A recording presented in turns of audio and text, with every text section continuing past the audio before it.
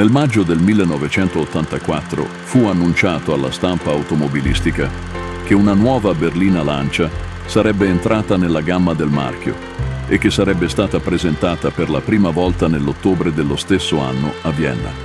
Questa scelta fu strategica, poiché Vienna era una location prestigiosa, che sottolineava la posizione di questa nuova vettura come una concorrente di fascia alta nel segmento executive. Lì l'auto ricevette elogi ideali, ma fu solo il mese successivo che attirò un interesse davvero significativo al Salone dell'Automobile di Torino del novembre 1984. Questa vettura era la Lancia Thema.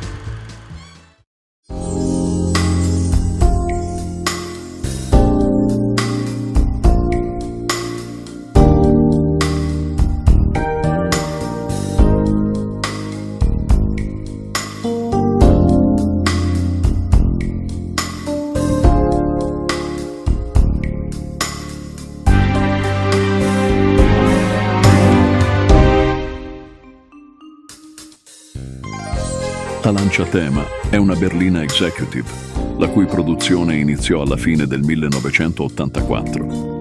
Il suo design fu realizzato dal leggendario Giorgetto Giugiaro mentre lavorava presso Italdesign. L'auto era una raffinata berlina a 3 volumi dalle linee morbide e levigate. Il posteriore enfatizzava un'eleganza semplice, con sottili e alti fanali posteriori che avvolgevano ogni angolo, accompagnati da un paraurti posteriore in plastica verniciata in tinta con la carrozzeria, attraversato da una linea nera che tentava di fluire attraverso le portiere fino a tornare sul frontale. Qui spiccava una grande calandra con finitura cromata, divisa in 2 al centro dall'affascinante logo del marchio. Ai suoi lati, 2 grandi fari rettangolari avvolgenti occupavano la parte superiore del frontale, mentre al di sotto, nel paraurti, erano ben integrati 2 fari fendinebbia.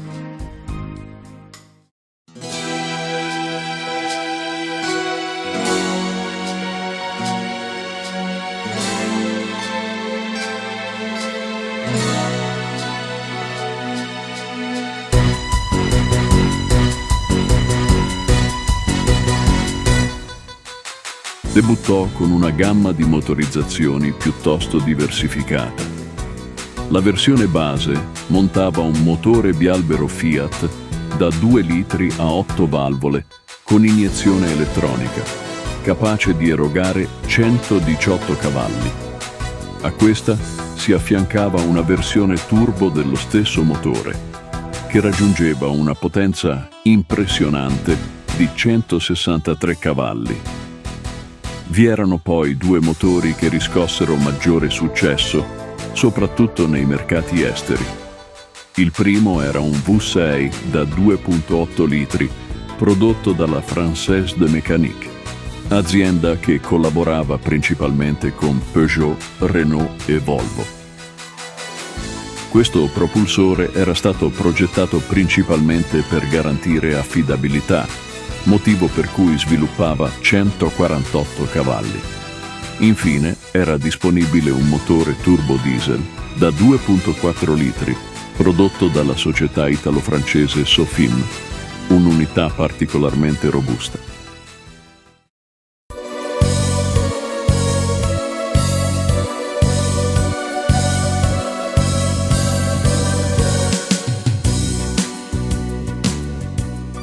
La Thema era costruita su una piattaforma condivisa derivata dalla Saab 9000, una berlina executive svedese lanciata all'inizio del 1984. Condivideva inoltre la base con la Fiat Croma, una berlina familiare più modesta introdotta all'inizio del 1985, e con l'Alfa Romeo 164, una berlina sportiva executive presentata nel 1987. Tra queste 4 vetture, la Thema era pensata per distinguersi maggiormente per il lusso, un'idea che trovava la sua massima espressione negli interni. L'abitacolo era caratterizzato da ampie e confortevoli sedili, disponibili con un'elegante rivestitura in pelle. La console centrale, dal design raffinato, si integrava armoniosamente con il cruscotto, che ospitava un'abbondanza di strumenti, bocchette d'aria e pulsanti, sottolineando il livello tecnologico avanzato dell'auto.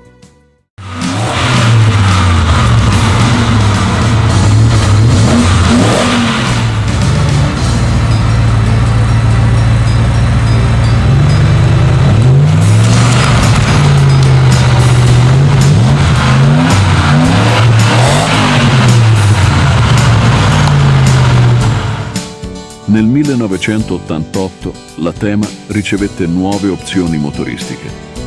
La prima novità fu l'introduzione di versioni a 16 valvole del motore bialbero Fiat da 2 litri, con la variante turbo che ora erogava 178 cavalli.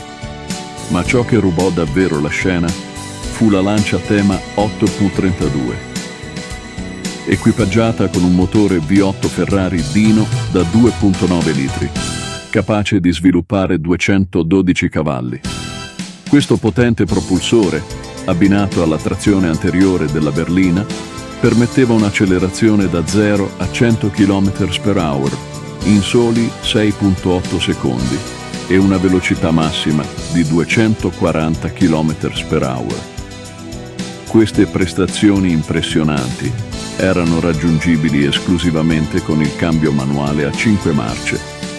A caratterizzare ulteriormente la 8.32 vi erano uno spoiler posteriore retrattile e un lussuoso abitacolo con interni in pelle color tabacco e cruscotto in radica di noce.